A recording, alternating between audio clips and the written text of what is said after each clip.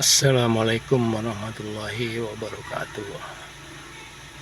Jumpa lagi dengan saya di Mo Audio Channel. Kali ini saya akan coba mereview sebuah dashcam mini yang murah tapi kualitasnya tidak kalah dengan dashcam branded yang nggak perlu saya sebutkan namanya. Ya, dashcam ini tidak berlayar. Nah, ini bisa kita lihat dashcamnya ada saya tempel di sini. Ya. Nah, ini mini. Ya, kalau lihat tampilannya ya kayak dashcam mahal. Nah, itu gambarnya ini bisa. Salah satu kelebihannya yaitu dia punya koneksi WiFi, jadi bisa saya tampilkan real time-nya atau rekamannya di head unit Android ya. Kalau head unitnya belum Android atau bawaan tidak bisa. Oke, lanjut ya. Sebagaimana dashcam, dia punya fitur seperti dashcam mahal, yaitu loop recording. Dia akan menghapus sendiri file yang sudah lama kalau memorinya penuh. Kemudian juga time lapse ada ya, tapi tidak saya aktifkan. Kemudian parking surveillance juga ada, tetapi harus nambah dengan hardware kit. Ya, G-sensor juga ada. Pokoknya semua fitur dashcam itu ada di sini. Ya, kecuali ya ADAS dan satu time elapse. Time elapse tidak ada, dan itu dua fitur yang jarang diaktifin oleh pengguna dashcam. Oke ya.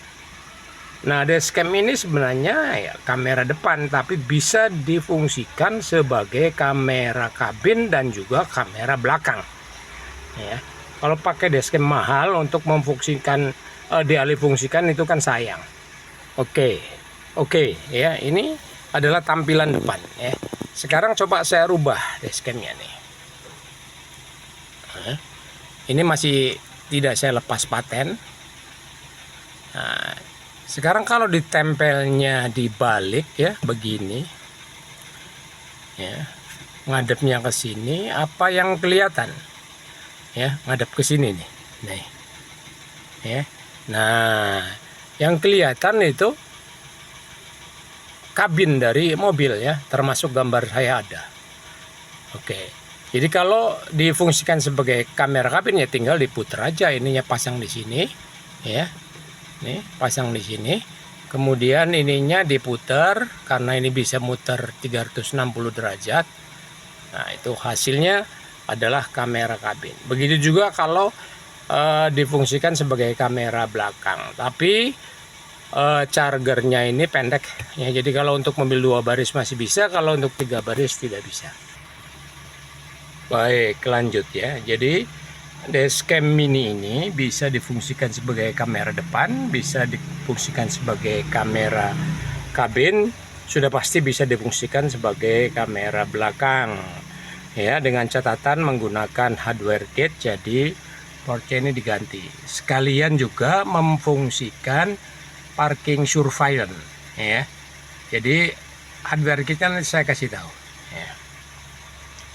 Harganya murah juga hardware kitnya. Jadi nanti dipasang dari situ ke fushbox ya, hardware kit tambah full step yang dimasukkan ke, ada 3 kabel ground ya, kemudian ACC dan B+. Sebaiknya akan saya tampilkan aja dulu hardware kitnya. Baik, lanjut ya. Ini hardware kitnya ya, saya beli harga murah juga, ratusan ribu. Jadi ini ada adaptornya ya. Nah, ini kabelnya panjang ya, tergantung fushboxnya. Rata-rata fushboxnya kalau Toyota itu di sebelah kanan dari pedal gas ya. Tetapi kalau mobil saya itu ada di belakang speedometer ya. Tapi ini nggak cukup ya. Ini ada 3 kabel ya. Ya, merah itu B+, kuning ACC, hitamnya ground. Harus ditambah dengan full step ya. Nah, ini kita beli full stepnya 2 ya. Jadi yang merah ini kita masukkan ke fuse dari kita lepas fuse horn misalnya, baru masukkan ini, pasang lagi fuse-nya di situ. Dan yang kuning itu biasanya pakai fuse lighter atau ACC. Ya, nah itu hardware kitnya. Kembali ke tampilannya.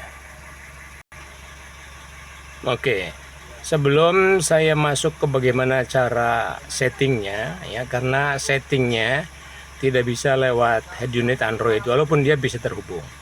Akan saya bahas dulu bagaimana cara mengkoneksikan si dashcam ini, ya, yang punya WiFi, ada koneksi WiFi-nya dengan head unit Android. Oke, baik ya. Ini posisi head unit Android dalam home screen dan WiFi-nya off. Jadi yang pertama jelas harus di on-kan dulu WiFi-nya. Ya. Nah. Oke, kemudian dia akan mencari, ya. Nama WiFi dari dashcam ini adalah BD_WiFi_70A3A6. Ya, di situ statusnya sudah terhubung. Kita balik. Kemudian kita download aplikasi dari Play Store di head unit Android ini, ya. Namanya bisa pakai Vidure atau bisa juga pakai Roadcam. Ya. Kebetulan saya pakainya Vidure. Jadi kita klik kalau sudah, ya, klik Vidure dengan catatan WiFi-nya sudah connect, ya. Nah, baru ini tampil. Oke, ya. Kalau mobil jalan dia akan real time, ya. Jadi walaupun dashcam ini nggak punya layar, ya, kita bisa melihat video recordingnya secara real time di head unit Android sambil dengerin musik. Ya, kalau kita sambil setel video, berarti kita pilih aplikasinya untuk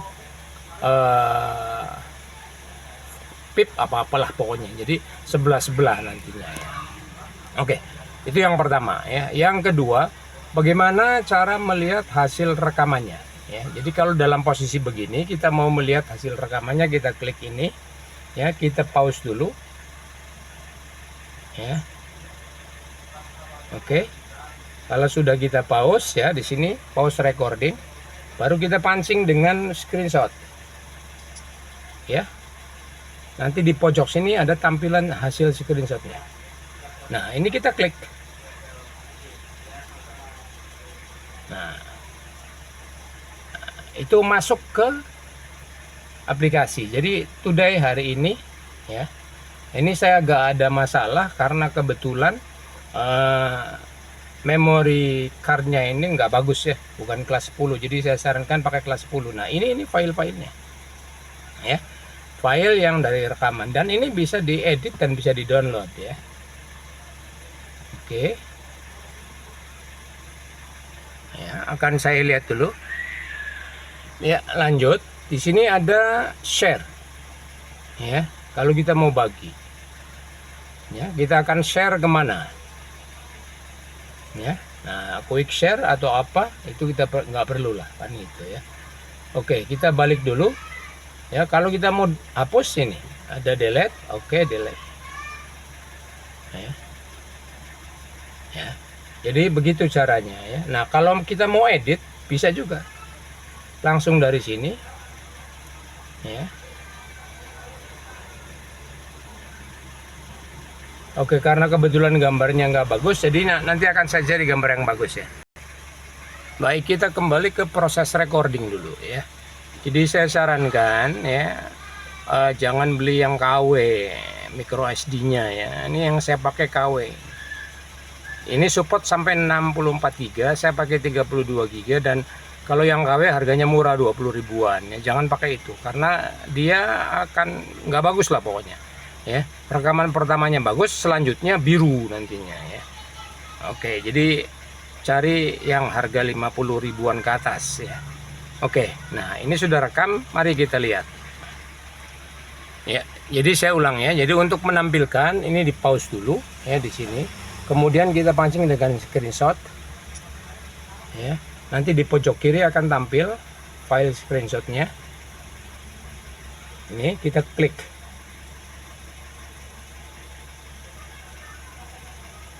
ya.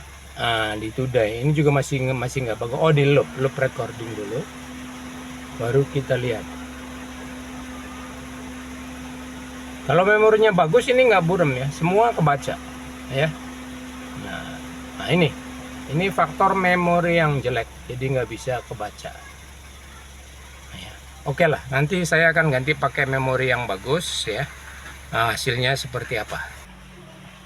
Ya, oke ya, karena memorinya nggak bagus. Jadi nanti bagaimana cara edit atau capture-nya ya, itu kalau memori yang bagus sudah datang sekaligus dengan hasil recordingnya, hasil rekamannya siang dan malam kayak apa ya. Nah, yang sekarang akan saya ceritakan adalah bagaimana mengaturnya. Mengatur tidak bisa dari head unit tapi harus dari HP. Oke, nanti akan saya buat screen recorder dari pengaturannya menggunakan HP ya.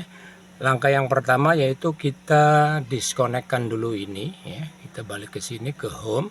Kemudian wifi-nya kita tutup ya, off ya. Oke. Nah, kemudian kita lanjut ke screen recorder di HP.